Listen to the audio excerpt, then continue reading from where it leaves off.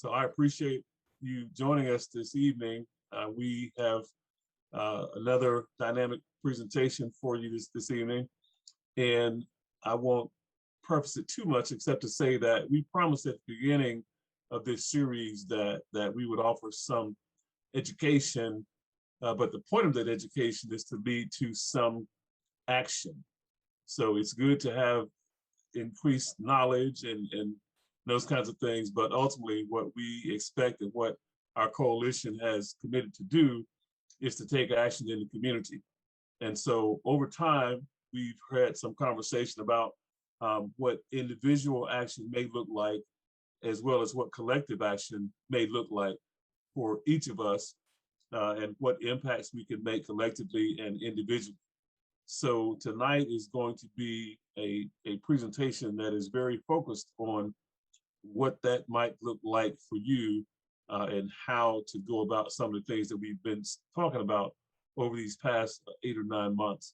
So without any other preface, I'll introduce our speaker for the evening, Dr. Alton Gunter from Muskingum University, who's going to talk to us about impacting race relations in your community. Dr. Gunter. Hi, everyone.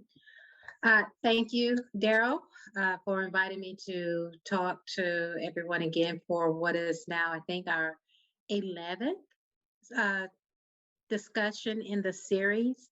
So as Daryl mentioned, tonight we're going to talk about how can we impact race relations in our community. And so we're looking at it from an individualistic perspective. In all of our previous sessions, we've built up to this point.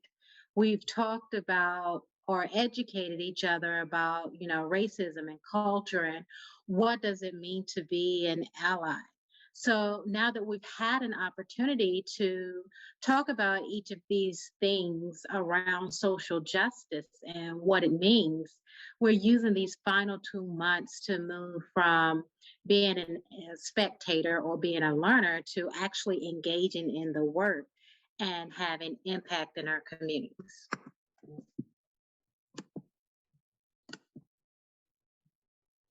So let's jump right into it.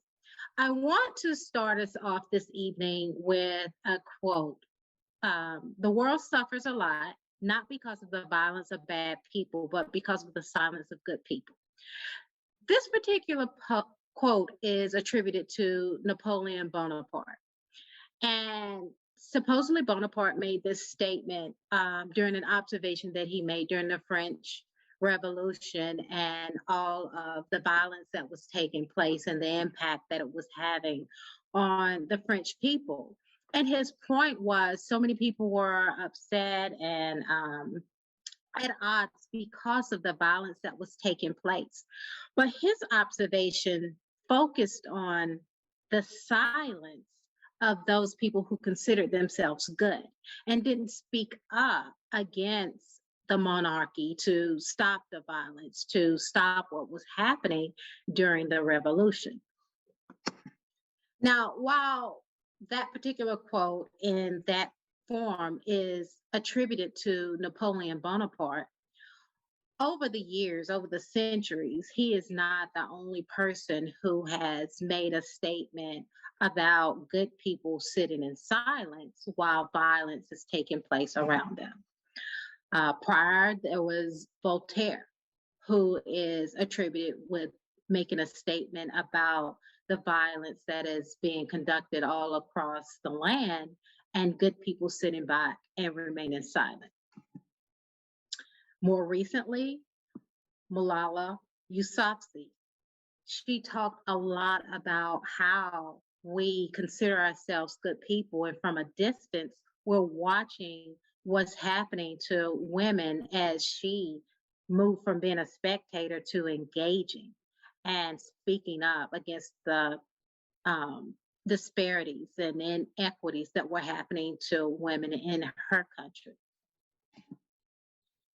And Dr. Martin Luther King, who here in the United States, we like to attribute this quote to more so than anyone else. In his letter from the Birmingham jail, Dr. King talked a lot about, the goodness of white people or how white people consider themselves good, but often remain silent in the face of violence. So I want you to think about that quote and think about these four people from history as we're discussing how we move from spectators to engagers. One last connection I want you to make when we think about silence as violence is using a more urban and a more up-to-date quote. Master Ace. Master Ace is a rapper, and he's known for some of his more poignant lyrics that basically gets to the point of a lot of what's been happening in our society over the years. And his point was, this country of ours was built on violence. If your ass got in the way, you was killed in silence. And these been the ways since back in the days. Just ask the Indians or the African slaves. Now, for those of you who have been with us throughout this series, we have talked a lot about racism and the violence that has been inflicted on enslaved people and indigenous peoples in this country. So I want you to focus your attention on our history as a country when it comes to violence against people of color, specifically indigenous people and enslaved people. We know that in this country, we have a history of tolerance for violence. Um, and it's pretty much laid the groundwork for what we see in our society for today. So the going thing as we discuss and we sit with some of our thoughts and try to make sense of what we're talking about is silence is violence. I want you to take a minute and think about that. Silence is violence. I embedded these images here with this phrase because in each of these times throughout our country or throughout our history, there has been violence inflicted on minority groups. As I previously stated, going all the way back to enslaved people from Africa being brought to this country against their will in order to build up the economy of this country, in order to make this country what it was. Violence was used against enslaved Africans to make them comply and do what their slaveholders needed them to do. When we think about the indigenous peoples, violence was used against them in order for our government to illegally take their lands from them. So they were forcibly removed from their lands. During World War II, our Japanese brothers and sisters were thrown into internment camps simply because of their Japanese heritage. And then lastly, during the civil rights movement, many of us are very much aware of our Jim Crow laws and how they were used to disenfranchise Black people in this country and to violently subdue them. And all of these instances, it was government sanctioned violence. One of the primary reasons our government was able to get away with focusing such violence on each group of people is because those of us who considered ourselves good sat back in silence and didn't speak up and speak out against many of these atrocities that were happening.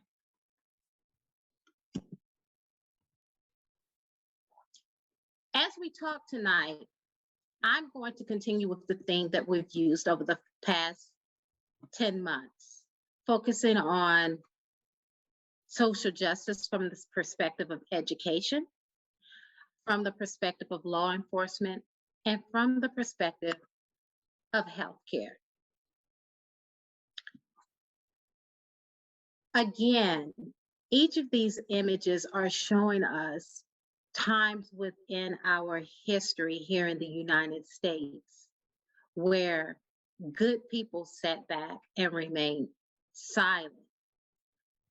However, our government has shown some instances where they tried to support, taking into account Ruby Bridges and the Little Rock Nine when they were integrating schools. But those moves were only made because you had those good people who chose to no longer remain silent and speak up and speak out.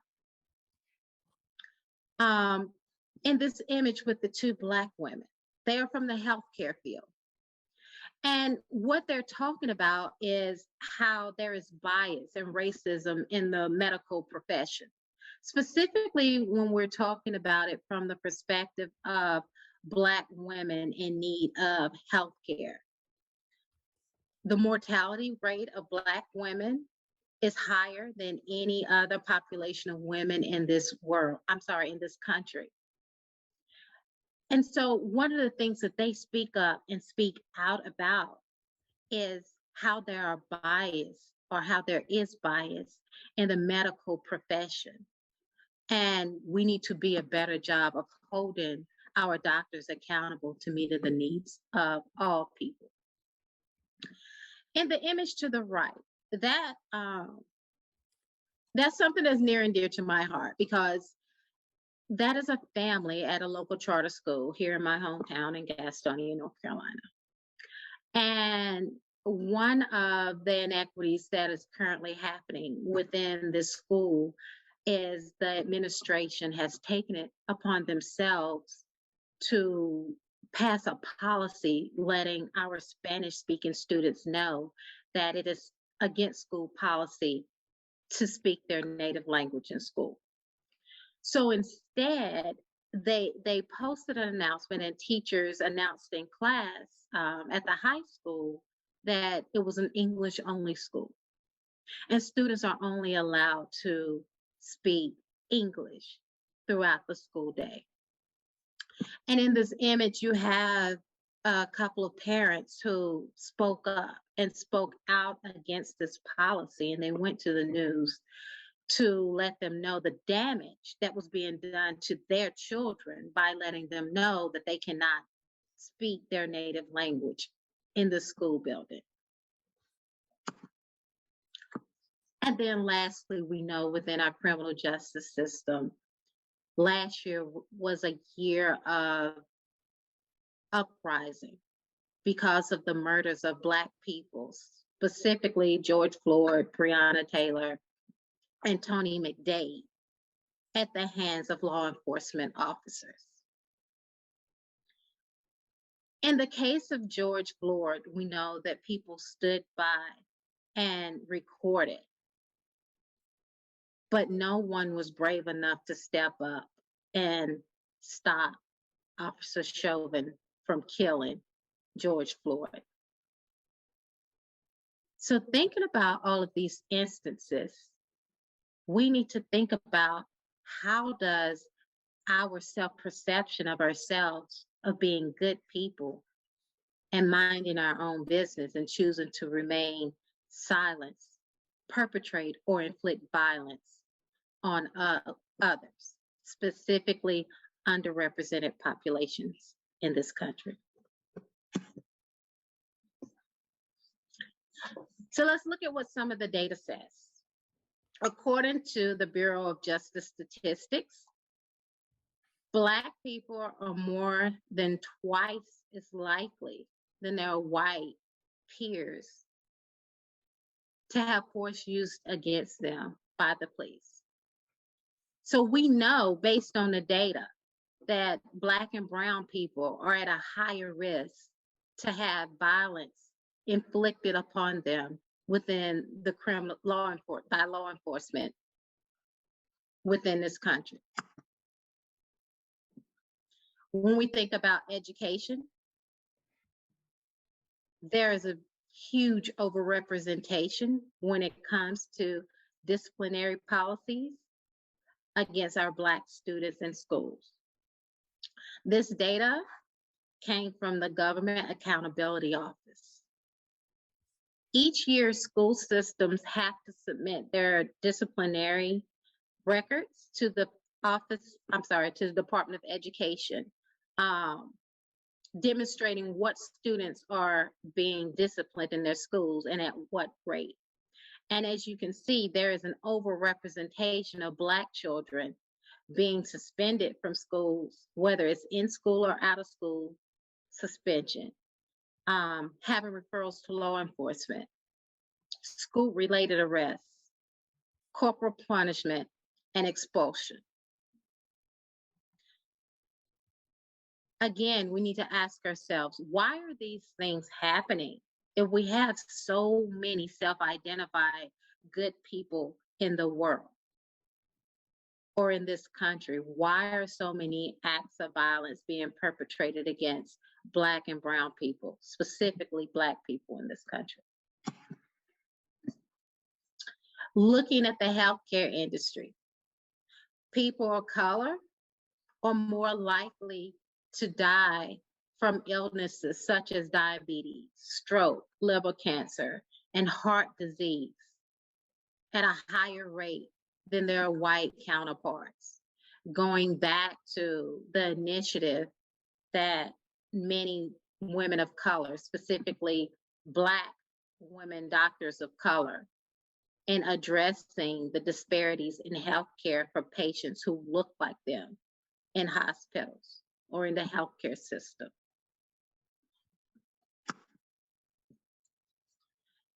So let's take a moment to talk about the what, why, and the how this is happening. Again, over the past few months, we know that the what behind this is racial inequality. Our country has a long history of racial inequities, so that is what's happening. Why does it happen? Because of racism in our country. I know you've watched the news and you've heard a lot in the media about different sides either agreeing or disagreeing that our country is built on racist principles. Whether you agree or disagree, we do know that the data doesn't lie. We do know that we do have a history of violence in this country, more times than not, perpetrated against people of color. So the why behind much of the racial inequities that we have is because of racism. Now, how is this allowed to happen over and over again for so many years?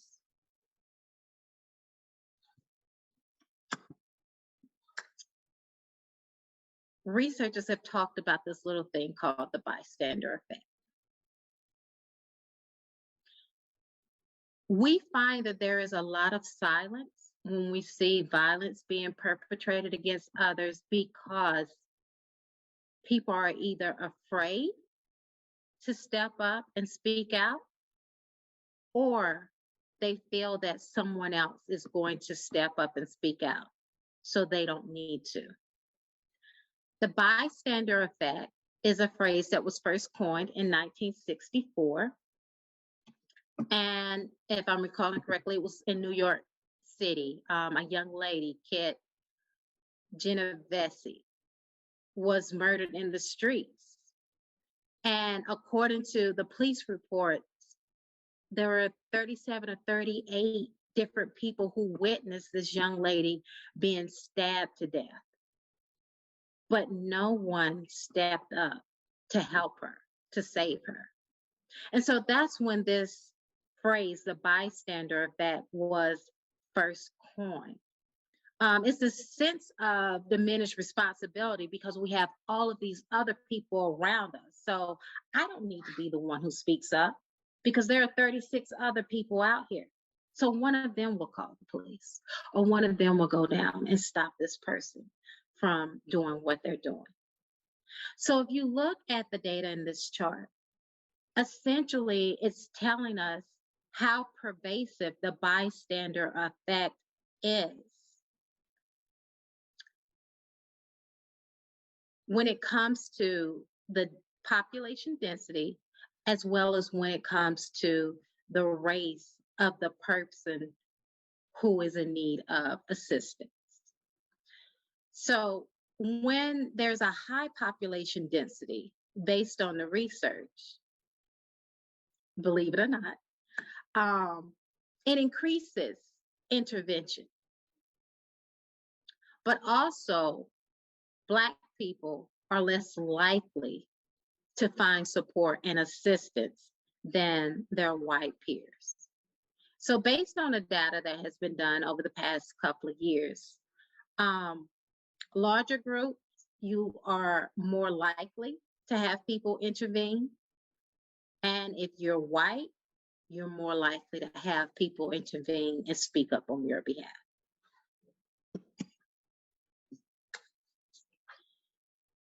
Racial bias is another issue when we're talking about systemic racism, when we're talking about social justice or injustices that are perpetrated in this country. Again, based on research, we have found that in court cases, specifically discrimination cases,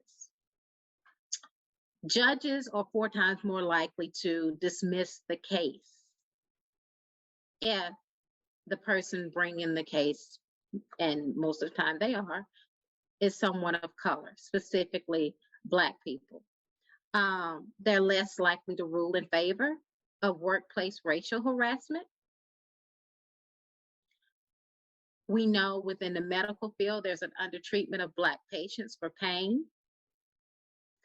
And there's a higher incidence of unarmed Black men being shot at disproportionate rates. So all of these pieces that are bulleted on this slide speaks to racial bias, more specifically implicit bias, which is a big deal within our society. A lot of us, or I should say all of us, have our own biases, but being able to understand what our biases are and check them is the bigger issue.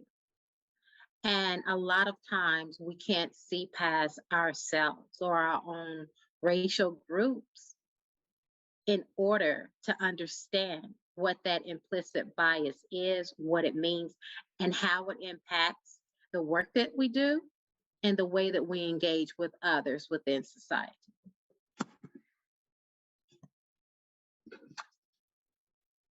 So now that we've talked a little bit about what the issues are and what the data says, and I've refreshed your memory a little bit about history, let's talk about what we can do about it. Travis Jones, he did a study on silence being violence. And he talked about what we need to do in order to address the violence that's being perpetrated against people of color in this country and cause a racial injustice. Well, the first thing I want you to do is stop being silent. Open up your mouths.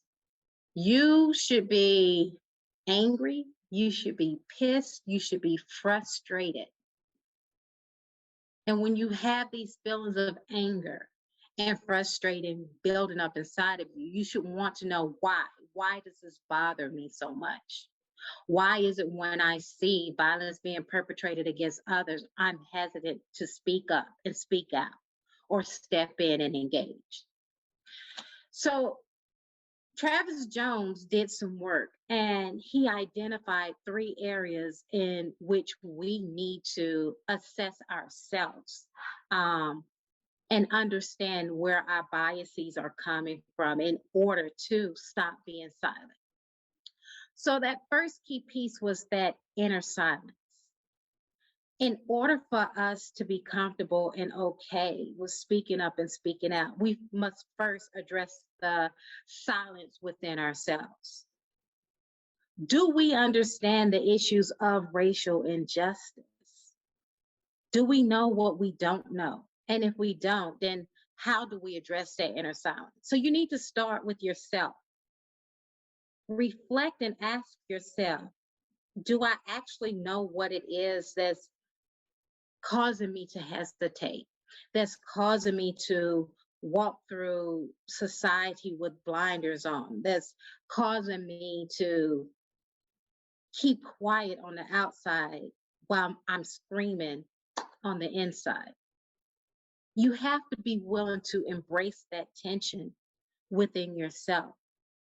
Reflect, journal, read, get to understand the issue of racial injustice so that you can be more knowledgeable, better informed, and understand what needs to happen next and what your own implicit biases are. Secondly, he talked about silence with others. Once we take the time to understand our own implicit biases and what's keeping us from speaking up and speaking out, then we need to be okay with pulling together our own social circles, our social groups, and talking about, why are we silent? You're not the only one sitting silent. And I'm pretty sure if you sat here and thought about your social circles, you probably have friends who are just as silent as you. And none of you understand, why do we remain silent when we see violence being inflicted on others? So are your social circles homogeneous in thought and perspective on racial justice? And if they are, then it's time for you to come together with your social groups and embrace differences. Talk about that. Why are we so homogeneous in our thought? Why do we feel like we all have to think the same about things? Why can't we talk at a dinner party or even when we're just standing around at the water cooler about what's going on? Again, embrace that tension and be okay with ending that silence within your groups and talk about what's actually happening and going on in the world. And then lastly, silence in the world. What is your worldview on racial justice? What is your paradigm? And are you willing to embrace the change? Because in order for us to move from this silence that we have and being okay with speaking up and speaking out, we have to be willing to embrace change. So 3 things we can do: address our inner silence, address our silence within our peer groups, and then address the silence in the world. Embrace the tension, embrace differences, embrace change. Some examples of what that looks like on an individual level. You don't need anybody else to help you start making these steps in the right direction toward combating racism, toward addressing social injustices. As I said, check your biases. Read a book when we're thinking about that self phase, that silent self phase. If you don't know where to start, I know a lot of people like to start with D'Angelo's book, White Fragility. Wouldn't necessarily be my first option. I always tell people, if you want a place to start, to reflect, to begin to understand racial injustice, start with Baldwin's Fire Next Time, a phenomenal text. It can help you start thinking about your own biases and reflect how you are remaining silent and understand where you can start moving toward addressing the silence with others once you understand racial injustice yourself and start working on yourself. Be willing to learn as much as you can. Like I said, get with your social circles, have a dinner party. Be okay with welcoming in people who aren't necessarily of the same racial group that you are, cultural background that you're from. Be okay with meeting new people and doing different things. Going to see movies that you necessarily would not see. Listening to music that you necessarily would not listen to. We can't combat social injustice and racism if we're not willing to step outside of our own comfort zone and learn about others. Be okay with embracing the discomfort. And then we think about addressing the silence from the world perspective. One of the biggest things that have always been talked about as long as I have been alive and even before then is to vote. Raise your voice, vote. And I'm not even talking about just in the national elections. One of the biggest reasons why we have some of our representatives in Washington, D.C., that a large majority of people think they shouldn't be there, is because people only vote when it's time to vote for the president.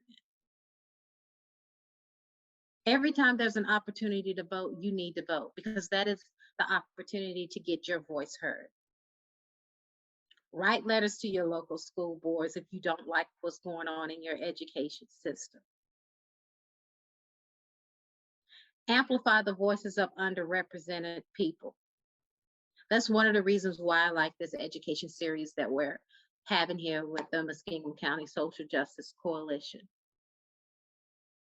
Because what we do is we amplify the voices of underrepresented people.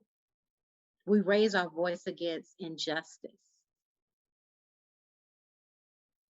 Call out the lies and misinformation. Don't let the loudest people be loud and wrong. If they're wrong, tell them they're wrong. If more of us became more comfortable with speaking up and speaking out, then those loud and wrong voices will suddenly become quieter and we won't hear them as much. So this is just a small sample, an example of some of the things that we can do in order to move from spectator to engager and stop using our silence as violence.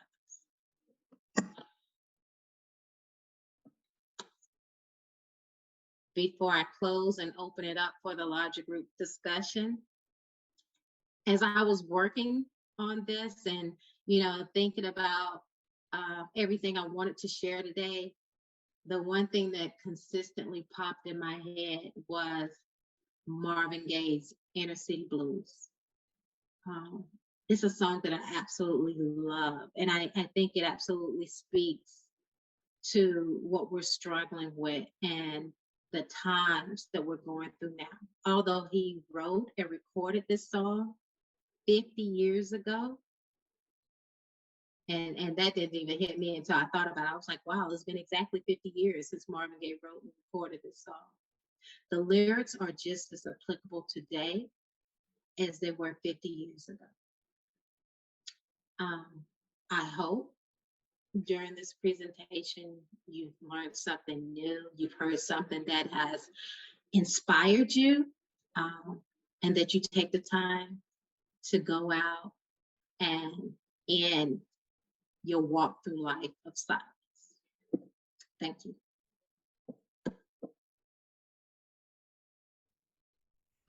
Thank you so much, Dr. Gunter.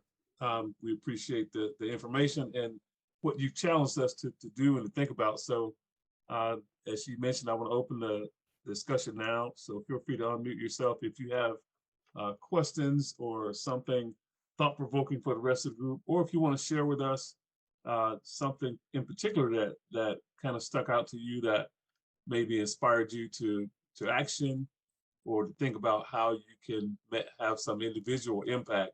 That was the kind of the thrust of this particular presentation, is to get us to think about what we can do individually. So anyone have anything they want to share with the group? I do have one question. This is Don Mason. And I think the professor makes a great point with regard to certain people just prioritize national elections, maybe the gubernatorial elections, but really ignore some of the really key important ones, school board, local government, things of that nature. And I didn't know if the professor had any thoughts as, what we can do. Well, I guess number one, why?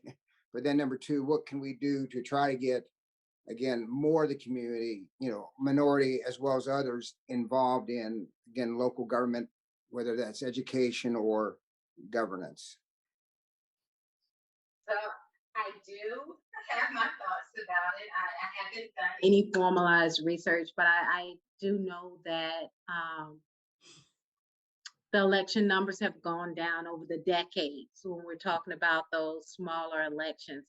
And personally, I think it's because the majority of Americans don't know how our government works. What I noticed once I got older and, look back on my formative years when I was in school, I was surprised to learn that they don't teach civics in school like they did when I was in school.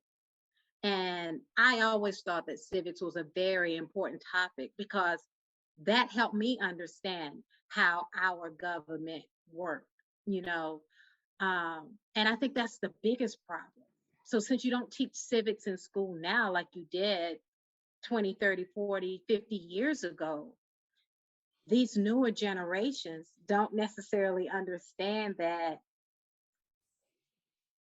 regardless of how much you are a Biden fan or a Trump supporter or whatever the case may be, what impacts you currently is what's happening on your local level. So yes, vote for your mayors, vote for your school board. And if people understood that a lot of their rights are controlled at the state and the local level and not so much at the federal level, then I think that they would be more inclined to go out and engage in voting. But I do feel like it needs to start in the schools, and we need to do a better job of teaching civics in our schools. And I guess maybe that gets to the fact now teachers are being pushed to teach children just to pass the test, whatever the test is, and not really give them a well-rounded education. Right, thank you. Absolutely. I think Tom had a question. Yeah, the issue of being silent, there's I think a number of reasons for that, and one of them is that there's a hesitation to open a dialogue on the topic of race because I find that people that I might talk to fall into one of two categories. One is they're already sympathetic to the cause, and then, well, we can have a good conversation. But the other group is that's not my problem, and I don't want to be bothered with it. And you can virtually get the eye roll, like, oh, you're one of those, kind of things that, this isn't my problem. It's something that happens on TV, and I don't want to talk about it. And we get that a lot. So I don't know that there's a whole lot of people that's in that middle ground where they, are willing to, learn something about the topic. So my question to you is, what is your advice on, how to break through, and say, what can you say that says, if somebody's like, it's not my problem. What can you say to them that might get them engaged? What has always worked to me, because you're right, when people have made their minds up, they've made their minds up more times than not. And it's going to be very difficult for you to change their mind if that is your goal. But when I'm talking to someone who has a different mindset than mine, I don't try to berate them or make them view the world from my perspective. I try to put myself in their shoes, and I do a lot of questioning instead of talking at them and telling them what they should believe or what they should think. I do a lot of questioning to understand their perspective and how they got to this point. And what I have found is when I'm questioning people and giving them an opportunity to share their perspective, as we're engaging in conversation in that way, they eventually come to an aha moment. Mhm. I see what you did there. You know, I understand what you're saying. As a anecdote, I'm going to share with you one of my family members years ago when his daughter told him that she was gay, that she preferred women. Um, he was livid and he didn't really understand. And what he said, he came over to me. He was like, I just don't understand because she was young. How does she know that she likes one thing over another? She's never been with a boy, so how does she know that she prefers women over men? And I just matter of factly looked at him and I said, well, how many men were you with before you decided that you preferred women? Hmm. And he just paused and he said, well, I guess that makes sense. Hmm. So I question to allow people to just think about the things that they're saying versus saying, oh, how can you believe that? That's just wrong. You know, you're ignorant or whatever the case may be. I'll Mhm. allow them to arrive at it. Yeah. So like start your reaction to their indifference with, why do you feel that way? I mean, Absolutely. aren't we Americans? All of us, something like that. Without poking them in the eye. That's excellent question, Tom. I know we have another question, but the phrase that comes to mind for me, Dr. Gunter, is sometimes I started my response to someone like that is help me understand. Mm. Mm-hmm. And then I repeat whatever they have shared with me. Help me understand that. And it puts them in a different position that sometimes is less defensive or less dismissive of our conversation. Susan, you have a question? Yeah, thank you. I guess I wanted to talk a little bit about what you were saying about intervention, and how a lot of times it's a feeling of being unsafe that stops people from intervening. And I mean, that's certainly true on one level, but it's kind of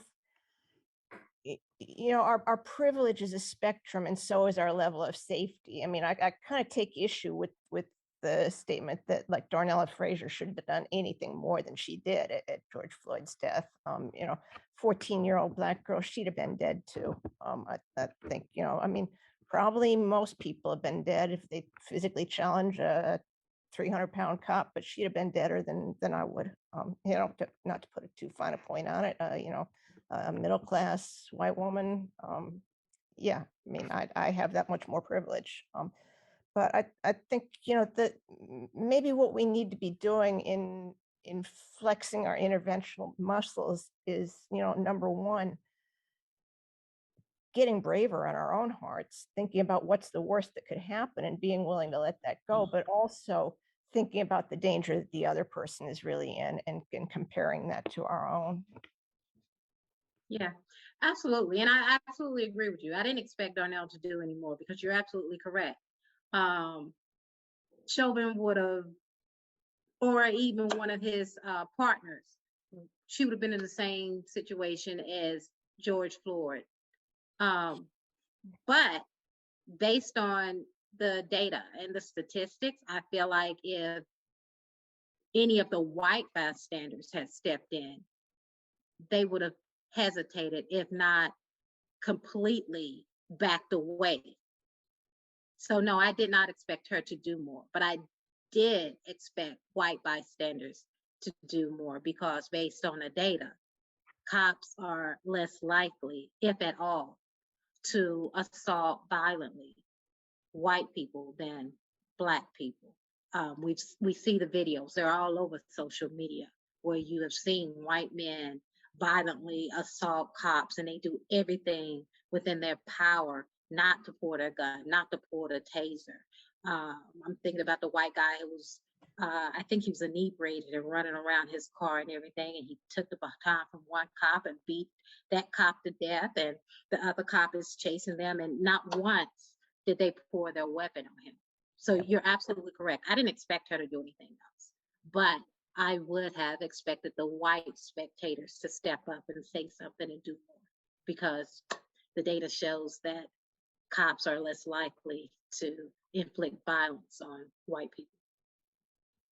Certainly, and thank you. And Thank I guess you. I just had one other quick comment, and this might not be the best venue for it, but it's burning in my head because I just got off a call earlier this afternoon with the fellow Claytor of All Voting is Local up in Cleveland, and he's trying to work with us on a project to increase civic engagement in this region and get people out to vote. And I would love to reach out to some of the leaders of this group and maybe have a joint meeting with him at some point.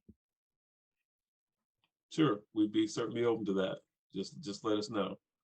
I want to make one comment before we move to our next question about Susan's question and the response.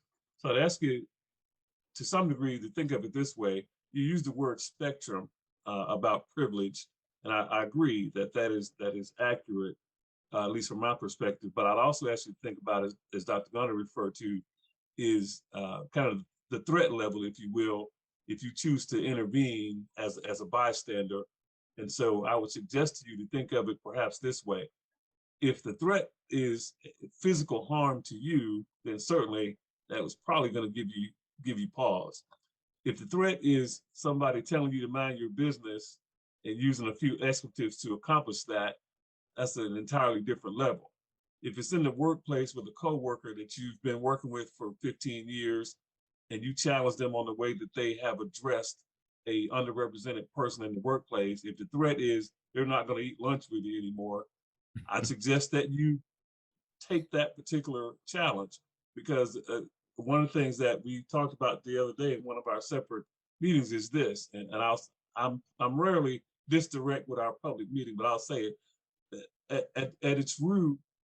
Part of what we're talking about here with that particular subject about intervention is not about white people being comfortable. It's just not. It's about what is in front of you and what can you do individually to impact some change. Now, you may not change that person's mind, but the idea of standing up for what you think is right, which is kind of the underlying message with this whole presentation about having an impact and no longer being silent, I suggest to you that that's where it lies. Other questions, comments, thoughts about our presentation for the evening? Dr. Jackson, please. Yeah, thank you. I was in a group earlier today, and we were talking about the divisiveness that we have so much going on in our society right now, particularly as it pertains to race and critical race theory and so many other issues. But we were talking about common ground. How can we begin to find common ground with all the divisiveness? And if we, some of the discussion was around the values upon which this country was established. Now, we haven't implemented those values, but the values upon which the country is established. And many of those values are found in different faith-based groups also, some of the similar values. So as humans, there are certain things that are so important to each of us in terms of freedom and equal rights and respect and so forth. And oftentimes we find that people say, well, that's not my problem. And we get into feelings when we talk about racism, but it's structural. It's structural in the United States. Well, it's structural worldwide. And so I guess what I'm saying, focusing on is finding that common ground, those values which we all believe in, and then looking at what those kinds of things that we might be afraid of to address this. There are people, for example, who are, you know, focusing on banning information in schools relative to critical race theory. Let's say if a person were to say, I want my child, and if more people did this, I want my child to understand this history and how we got to where we are today, then if that group of people is equally courageous and vociferous about pointing that out, it would help to reduce those who are against. And the same thing with racism. More people would speak out, going back to what Dr. Gunter was talking about, more people speak out, then we would be able to eliminate this eventually.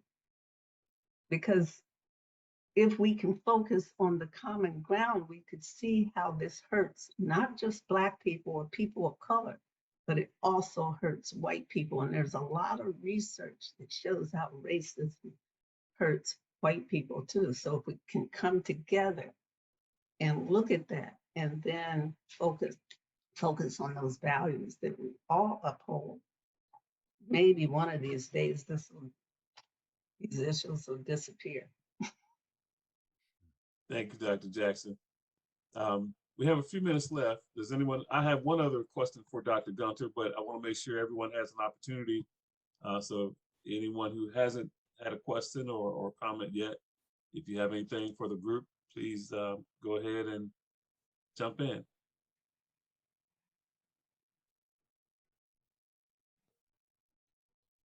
Okay, I'm not hearing or seeing any raised hands. So the one thing I want you to elaborate on a little bit more for us, Dr. Gunter, is, oh, I'm sorry, David, I think you were off camera for a second. Go ahead, you're muted, David.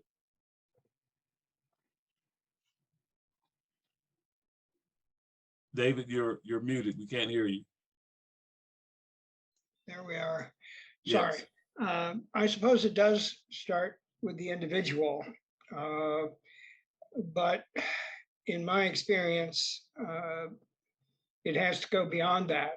Individuals have to engage with other individuals in groups like this one that act, and in which people of different backgrounds and different values even, or certainly experiences, work together on a common problem. And in this case, the problem of racism. I think working together is a far more powerful agent of internal change as well as external change than social situations and the kind of conversation that occurs in those social situations, which is not to say that those are not relevant or unimportant, but it's the engagement on a continuous basis, in my personal experience, that changes one's feeling, increases one's comfort, builds trust across racial lines, and leads to a genuine exchange of experience and ideas. You can't do this alone.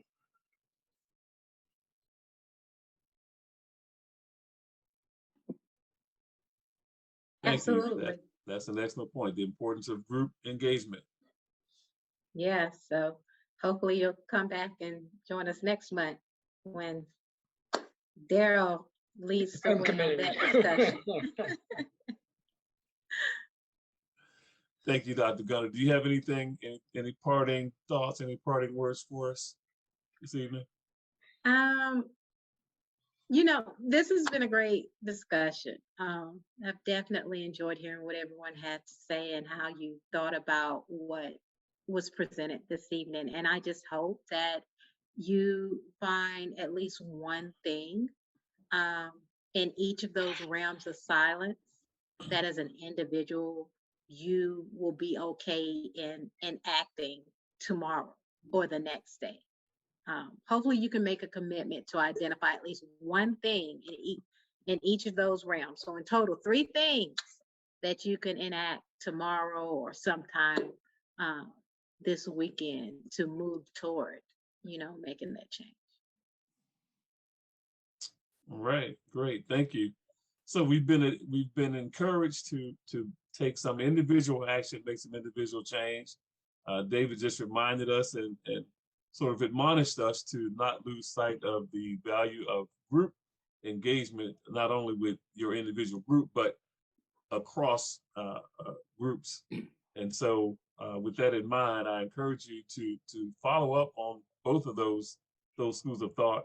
And also, please join us for our session that will conclude this calendar year in our series. That will be on December 16th at the same time at 6 p.m.